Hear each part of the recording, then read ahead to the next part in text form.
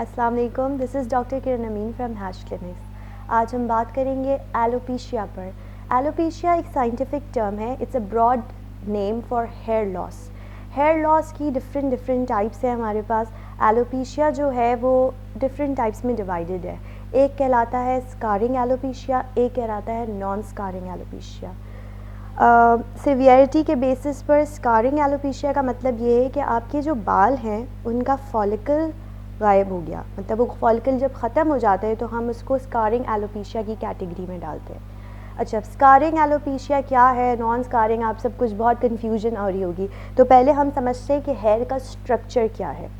Here is a structure जो हमारे scalp में या हमारी बॉडी पे प्रेजेंट है। आज हम सिर्फ बात करें अपने स्कैल्प के बारे में। Here is present at the level of the dermis. हमारी स्किन की जो लेयर्स हैं उसमें जो नीचे वाली लेयर है डर्मिस, एक ऊपर वाली लेयर है एपिडर्मिस, उसके नीचे जो लेयर है वो कहलाती है डर्मिस। उस लेवल तक हमारा जो है हेयर फॉलिकल प्रेजेंट है। हेयर फॉलिकल में हमारा एक हेयर शैफ्ट है और हेयर शैफ्ट से हमारा ये जो हेयर निकलता है वो है।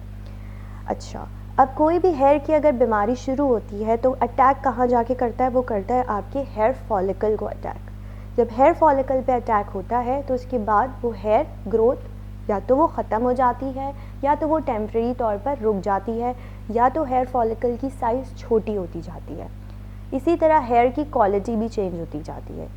हेयर की बहुत सारी बीमारियां हैं और आज हमारा फोकस सिर्फ एलोपेशिया पर रहेगा, जो कि एक हम टॉपिक डिस्कस करेंगे आज एलोपेशिया एरियाटा, जिसको आम ज़बान में बाल खोरा कहते हैं। और दूसरा जो हमारा टॉपिक है, जो टॉपिक ऑफ डिस्कशन है, that is androgenic alopecia. Androgenic alopecia जो आजकल बहुत ही ज़्यादा कॉमन हो गया है, मर्दों में होने वाला गंजपन और उसी किस्म का होने वाला औरतों में गंजपन, जिसे हम कहते हैं फीमेल पैटर्न हेयर लॉस। ये बीमारियां कैसे शुरू होती हैं, इनका रूट कॉज क्या है, इनको हम कैसे ठीक कर सकते हैं और इनकी ट्रीटमेंट ऑप्शंस हमारे पास क्या क्या अवेलेबल है, जानेंगे हम इस वीडियो में। बात करते हैं एलोपेशिया एरियाटा पर। एलोपेशिया एरियाटा अभी मैंने थोड़ी देर पहले आपसे डिस्कस किया कि स्कारिंग और नॉन स्कारिंग एलोपेशिया। हेयर का स्ट्रक्चर जब आपको समझ आ गया कि हेयर का स्ट्रक्चर फॉलिकल से स्टार्ट होता है और फिर एक हेयर शैफ्ट है जिससे हमारा बाल निकलता है। जब हेयर फॉलिकल जड़ से ख़त्म हो जाए तो हम इसे कहते हैं स्कारिंग एलोपेशिया, यानी कि वो स्कार हो चुका है, अब वो बिल्कुल ख़त्म हो चुका है। स्कारिंग एलोपेशिया का इलाज मुमकिन नहीं है। जब स्कारिंग एलोपेशिया हो जाए तो वो सही नहीं हो सकता। उसकी बहुत सारी वजूहात हैं, जैसे कि लाइकन प्लेनस की बीमारी है, जिनको सिस्टमिक ल्यूपस एरिथेमेटोसिस, एसएलई की बीमारी, ये ख़तरनाक बीमारियां हैं जो कि स्पेशली डर्मेटोलॉजिकल जॉनर में आती हैं। ठीक है, scarring alopecia is something that you have to worry very much before it starts. अगर आपको स्किन पे कोई भी ऐसी बीमारी हो रही है जो आपको शो अप हो रही है, जैसे कि मुंह पे एक बटरफ्लाई का रैश आ जाना या फिर आपको धूप से फ़ोटो सेंसिटिविटी का अंदाज़ा होना, यानी कि लाल लाल धब्बे आ जाना, इस तरह का कोई भी इशू है तो आप फ़ौरन जो है अपने डर्मेटोलॉजिस्ट के पास जाके इसको ट्रीट करवाएं, क्योंकि अल्टीमेटली ये आपके हेयर फॉलिकल को भी अटैक करेगा और हो सकता है कि वो स्कारिंग एलोपेशिया में कन्वर्ट हो जाए। अब बाल खोरा पे आ जाएं। बाल खोरा फॉर्चुनेटली नॉन स्कारिंग है। अब नॉन स्कारिंग को हम समझ लेते हैं कि नॉन स्कारिंग क्या है। नॉन स्कारिंग ये कि आपका जो हेयर फॉलिकल है वो ख़त्म नहीं हुआ है, इट इज़ देयर, बट उसमें से जो शैफ्ट है वो निकल गया है। शैफ्ट यानी कि ये जो हमारा बाल है उसमें से वो निकल चुका है। बाल खोरा शुरू कैसे होता है? It is actually an auto immune condition. Auto immune का मतलब क्या है कि आपका अपना ही इम्यून सिस्टम आपके हेयर फॉलिकल पे अटैक करना शुरू कर दे। जब आपके हेयर फॉलिकल पे अटैक करना शुरू कर देता है तो वो जो हेयर होता है वो शेड ऑफ हो जाता है। एलोपेशिया एरियाटा, एरियाटा का वर्ड का मतलब ये है कि वो सिर्फ एक एरिया से, गोल दायरा नुमा बाल बिल्कुल साफ़ हो जाता है उस जगह से। कुछ लोगों के स्कैल्प में देखा गया है जिसे हम कहते हैं एलोपेशिया एरियाटा। तो स्कैल्प के बाल ऐसे गोल दायरे से किसी भी एरिया के गायब हो जाते हैं और ऐसे स्किन हो जाती है जैसे कि आपकी हाथ की स्किन है, बिल्कुल सपाट। ठीक है, अच्छा, अब ये कुछ लोगों की बियर्ड में भी देखा गया है कि यही पैचेस आपकी बियर्ड में भी आ सकते हैं। ये सारा कुछ जो है एक ऑटो इम्यून प्रोसेस के थ्रू होता है जो कि जेनेटिकली इनहेरिटेड है। ज़्यादातर ये young mails, young age groups, बच्चों में भी देखा गया है। और ये जेनेटिक कंडीशन है एक, जो फैमिलीज़ में जिनकी एज़मा है, कोई अनीमिया है, अनीमिया यानी कि खून की कमी की बीमारी है, कोई इस तरह की डाउन सिंड्रोम बेबीज़ हैं, उनकी फैमिली में अगर कोई ऐसी हिस्ट्री है तो they are more prone towards having this auto immune condition.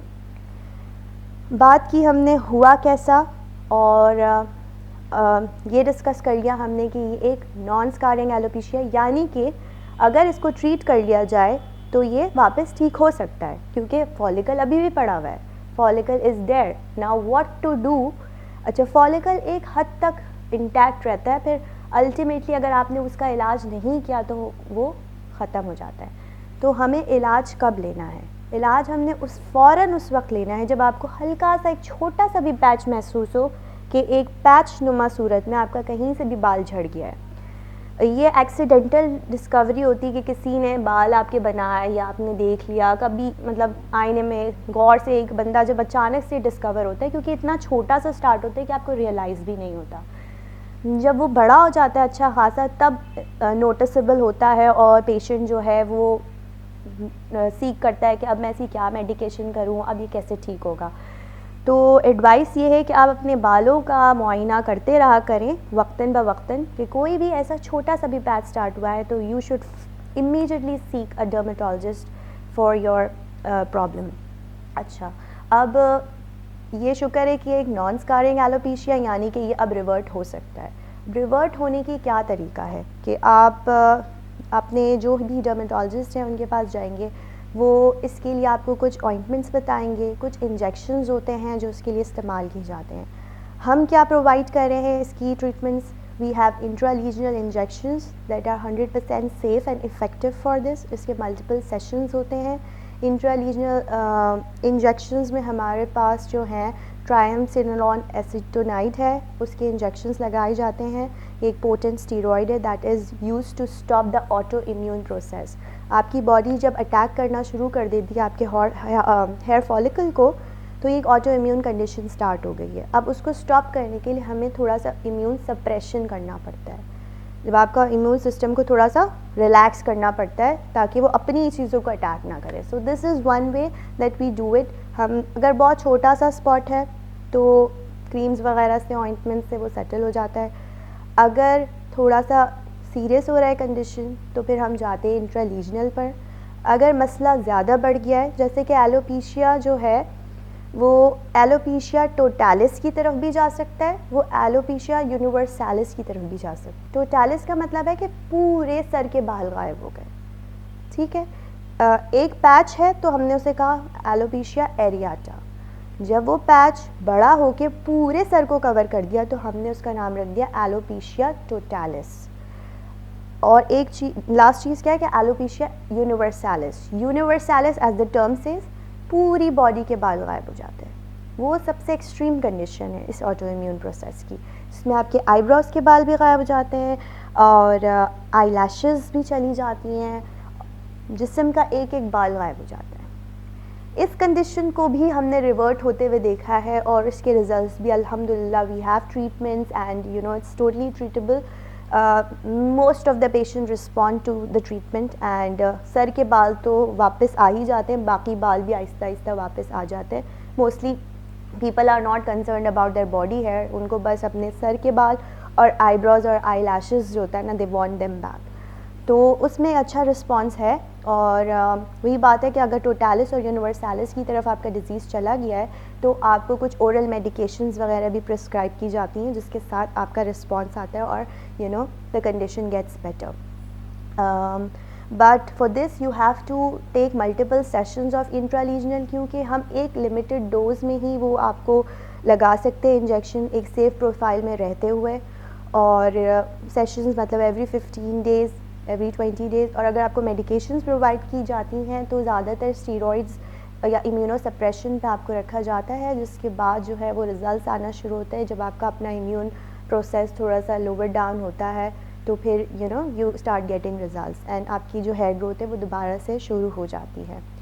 Relapses and रिकरेंसेस are common, लेकिन एक हद के बाद जो है ना वो सेटल हो जाता है पेशेंट, इतना ज़्यादा इशू नहीं होता। जब एक दफ़ा बाल आ जाते हैं तो बहुत ज़्यादा नहीं देखा गया कि रिलैप्सेस हो रहे हैं, लेकिन हो सकते हैं कि दोबारा से वो शुरू हो जाए या कुछ इस तरह।